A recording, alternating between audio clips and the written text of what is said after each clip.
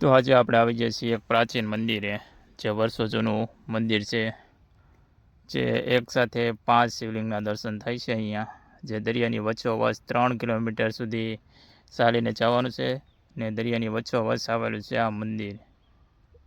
ને આ મંદિરનું નામ છે નકળંગ, જે કોળિયા ગામની અંદર આવેલું છે. ને આના લોકેશનની વાત કરું તો ભાવનગર જિલ્લાની અંદર કોળિયા ગામની અંદર આવેલું છે આ મંદિર. ખૂબ જ સરસ મજાનું મંદિર છે. એકસાથે 5 શિવલિંગના દર્શન થાય છે, જે મહાભારત સાથે સંકળાયેલું આ મંદિર છે.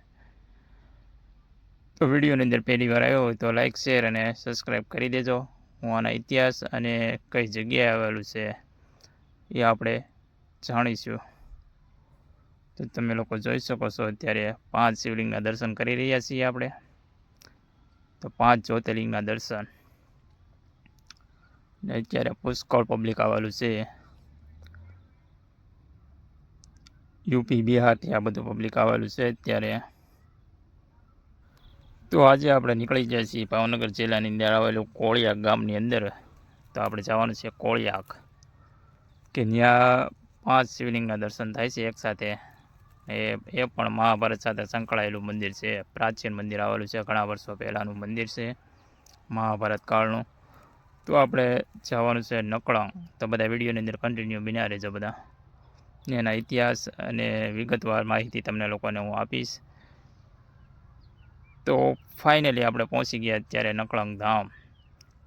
તો જો આપણે અત્યારે દરિયા કિનારે આવી ગયા છીએ નકળંગ, જે કોળિયા ગામની અંદર આવેલું છે. ખૂબ સરસ મજાનું મંદિર છે. આપણે અત્યારે દરિયાની કાંઠે છીએ અત્યારે, કેમ કે અત્યારે દરિયાની અંદર પાણી છે. જે મહાશિવલિંગની વાત કરતો હતો કે 3 કિલોમીટર સુધી ચાલીને જવાનું, તો અત્યારે અહીંયા પાણી છે. તો જો અત્યારે દરિયો નજીક છે અહીંયા. તો જો સામે મંદિર દેખાય ત્યાં આપણે જવાનું છે. અહીંથી કેટલું દૂર છે જુઓ અત્યારે. અડધું પબ્લિક તો ત્યાં કાંઠે ઊભું છે પાણીની, પણ ત્યાંથી પણ ઘણું ચાલીને જવું પડે છે અંદર. તો હજી પાણી છે, આપણે થોડી વાર રાહ જોઈ છીએ, 1-2 કલાકની, પછી જઈએ આપણે. તો ફાઇનલી આપણે નીકળી ગયા છીએ હવે દર્શન કરવા માટે. જો આ પક્ષીઓ, દરિયાઈ પક્ષી. હવે ખાલી થઈ ગયું છે પાણી, તો હવે જઈ ધીરે ધીરે. ત્યાં પહોંચ્યું ત્યાં પાણી ઓછું થઈ જશે. તો જો અત્યારે જાય છે ચાલીને. તો ખૂબ સરસ મજાનું મંદિર છે. એકવાર તો અવશ્ય મુલાકાત લેજો. ને આના લોકેશનની વાત કરું તો ભાવનગર જિલ્લાની અંદર આવેલું છે આ મંદિર. કોળિયા ગામની અંદર ઘોઘાની બાજુમાં જ આવેલું છે આ મંદિર. ખૂબ સરસ મજાનું મંદિર છે. ત્યાંના ઇતિહાસની વાત કરું તો જ્યારે મહાભારત સાથે સંકળાયેલું છે આ મંદિર.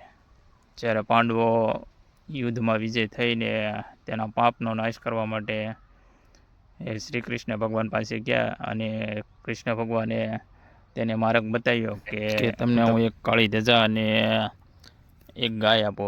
જ્યાં કાળી ધજા સફેદ રંગની થઈ જશે ત્યાં તમારો પાપનો નાશ થાય છે એમ. તો પાંડવો ત્યાંથી નીકળી ગયા સમગ્ર ગુજરાતની અંદર ભ્રમણ કરવા માટે, કે સમગ્ર ગુજરાત કે સમગ્ર ભારતની અંદર.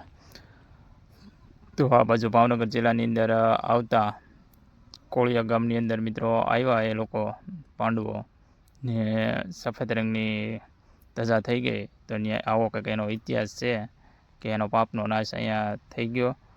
ને એકસાથે એક કરીને 5 પાંડવોને 5 શિવલિંગ દ્વારા દર્શન આપેલા છે, એવો કંઈક આનો ઇતિહાસ છે. અત્યારે જો આપણે મંદિરે ફાઇનલી પહોંચી ગયા છીએ અત્યારે. તમે લોકો જોઈ શકો છો અત્યારે. વિશાલભાઈ એમ કહે છે કે અહીં યુપી, બિહારના લોકો આવેલા છે મલિંગ, ને પાલકી બતાવે છે જો અત્યારે, કે પાલકીમાં આવવું હોય તો વજન પ્રમાણે પૈસા લે છે. કે જે લોકો હાલી ન શકતા હોય તો એને મહાદેવના દર્શન કરવા હોય તો પાલકીમાં પણ આવી શકે છે. તો પાલકીની પણ સુવિધા છે અહીંયા. ચાલો હવે જઈએ આપણે મહાદેવના દર્શન કરવા. તો આપણે આવી ગયા છીએ મહાદેવના દર્શન કરવા માટે. ને વિડીયોની અંદર પહેલી વાર આવ્યો હોય તો હર હર મહાદેવ લખી નાખજો, ને લાઇક, શેર અને સબસ્ક્રાઈબ કરી દેજો. તો 5 જ્યોતિર્લિંગના દર્શન કરવાના છે આપણે. તો ચાલો હવે જઈએ છીએ 5 જ્યોતિર્લિંગના દર્શન કરવા માટે. તો સૌપ્રથમ આપણે પહેલા જ્યોતિર્લિંગની પાસે આવી ગયા છીએ અત્યારે. અહીંયા તો કેટલી બધી ભીડ છે. તો હર હર મહાદેવ દર્શન કરી લઈએ આપણે. આવી ગયા છીએ બીજી જ્યોતિર્લિંગ પાસે. અહીંયા છે ત્રીજી જ્યોતિર્લિંગ. કેમ કે આજે ભીડ વધુ છે, કેમ કે અત્યારે કોઈ મેળાનું તો કાંઈ એવું આયોજન નથી અહીંયા આ બાજુ, પરંતુ બહારથી પબ્લિક ઘણું બધું આવે છે અહીંયા. આ છે ચોથી શિવલિંગ. અહીંયા બારે માસ પબ્લિક તો હોય જ તે, પુષ્કળ પબ્લિક હોય, કેમ કે 24 કલાકની અંદર 2 વાર દર્શન થાય છે મહાદેવના. તો અહીંયા પબ્લિક તો રહેવાનું, કેમ કે વેઇટિંગમાં રહેવું પડે છે 24 કલાકમાં 2 વાર, એટલે દિવસમાં એક જ વાર દર્શન થાય છે. 3-4 કલાક સુધી દર્શન થાય છે, પછી પાછું લિંગ થઈ જાય છે પાણીની અંદર. અત્યારે તે ટ્રાફિક છે તો પોલીસવાળી પણ જો ખીજાય છે અત્યારે કે લાઈન મારો બધા. તો બધા લાઈનની અંદર રહેવાનું કહે છે. તો આપણે તો એમને દર્શન કરી લીધા હતા બહારથી. 5મી શિવલિંગ. તો બધા હર હર મહાદેવ કમેન્ટમાં લખી નાખજો મિત્રો. જો આ પૂજાઓ કરાવે છે બધા, બહારથી લોકો આવેલા છે તો પૂજા કરે છે, બધાના નામ લઈને પૂજા કરી દે છે. તો ફાઇનલી આપણે દર્શન કરીને નીકળી ગયા છીએ બહાર હવે. તો જો જવાનું છે બહાર હવે. વિશાલભાઈ કંઈક કહે છે કે બહાર નથી જવું, થોડી વાર રહીએ એમ. મલિંગ ભાષામાં આપણે 2-3 શબ્દ કહીએ તો એ વિશાલભાઈ એમ કહે છે કે 2-3 મિત્રોને પૂછીએ આપણે, જોઈએ આપણે. તો ચાલો હવે જઈએ આપણે બહાર તરફ. તો ફાઇનલી આપણે નીકળી જવાનું છે હવે ઘર તરફ. તો જો નીકળી ગયા છીએ ઘર તરફ.